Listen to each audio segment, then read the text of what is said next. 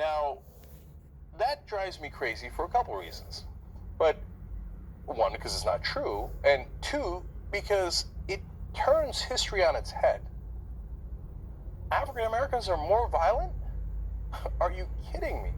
Have you not read any history of the United States of America?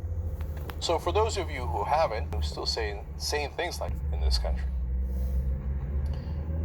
they just did a thorough analysis, many different groups, and they've actually been keeping records since 1882. The Chicago Tribune started keeping records, and then many different organizations like the Tuskegee Institute and the NAACP started tracking these, and they finally brought them all together and tried to figure out how many lynchings there have been in this country. They found some records that even predated the Chicago Tribune, and they looked at just 12 southern states between 1877 to 1950. Turns out there were 3,959 victims of what they call racial terror lynchings. These are the original terrorists of America. The guys who did these lynchings, whether they were in the Klan, whether it was more informal, it was in a local town, it was in a big town. Well, there's a new group that is trying to lay out markers in these different towns to show where that happened so that you can't ignore history. Now, if you go throughout the South, which I've been all over the South, you'll see memorials everywhere for the Civil War. Our good soldiers fought here, Confederate soldiers.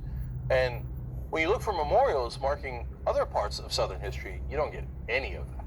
So the Equal Justice Initiative in Montgomery, Alabama decided they're going to change that. So they did research into this, and they want to lay out the markers for all of those different lynchings, where they happened and how they happened. Yes, it's uncomfortable. There's no question about that. A lot of our history is uncomfortable. But you got to know the truth. I hear that the truth shall set you free. So we go to some experts here.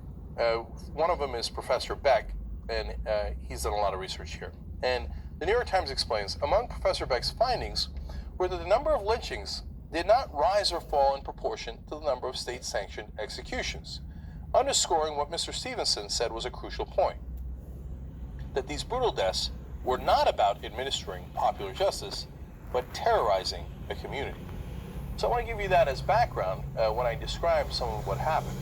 So you're not under the mistaken assumption, well, it was a terrible form of justice, but these people had done something wrong.